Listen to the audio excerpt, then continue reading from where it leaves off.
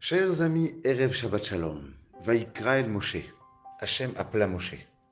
Le mot Vaikra va nommer la paracha, mais aussi tout le Sefer. Laissez-moi vous raconter cette semaine aussi une petite anecdote arrivée à un proche la semaine dernière.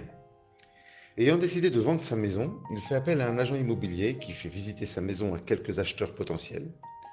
Au bout de quelques semaines, durant lesquelles l'agent immobilier ne fait que lui répéter que malgré que le fait que la maison est attrayante, le prix est trop élevé et c'est ce qui fait fuir les acheteurs, l'agent immobilier lui-même lui fait une proposition, 75 000 shekels en dessous du prix qu'il avait fixé. Voyant que cette proposition était la plus élevée, le vendeur décide d'accepter la proposition.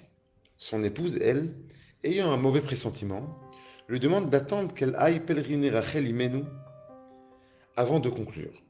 En sortant de chez Rachel Imenu, après avoir imploré Hachem de leur donner un signe qu'ils font une bonne affaire, elle reçoit un coup de fil d'une amie lui demandant si elle avait déjà vendu.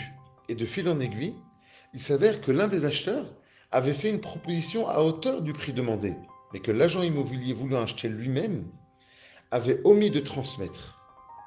En quelques jours, il signe avec cet acheteur au prix initial, économisant de plus la commission de l'argent immobilier comme le tranche le Beth Din consulté.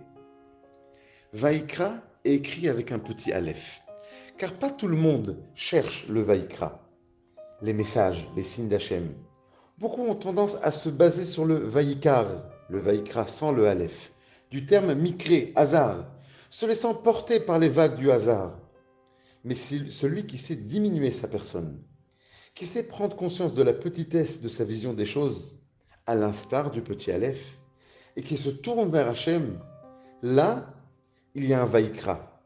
Là, Hachem dit, si tu te tournes vers moi, je te réponds. Nous nous approchons de Purim. Le message de Purim est justement la réponse à ce que Aman déclara à Paro. Leur Dieu est parti dormir. Hachem, à travers le Nes de Purim, nous déclare, ce n'est pas parce que vous ne me voyez pas que je ne suis pas là. Je me cache, mais je suis là. Metzitz mina harakim. J'observe tout et j'interviens. Discrètement, mais celui qui veut me voir peut me voir.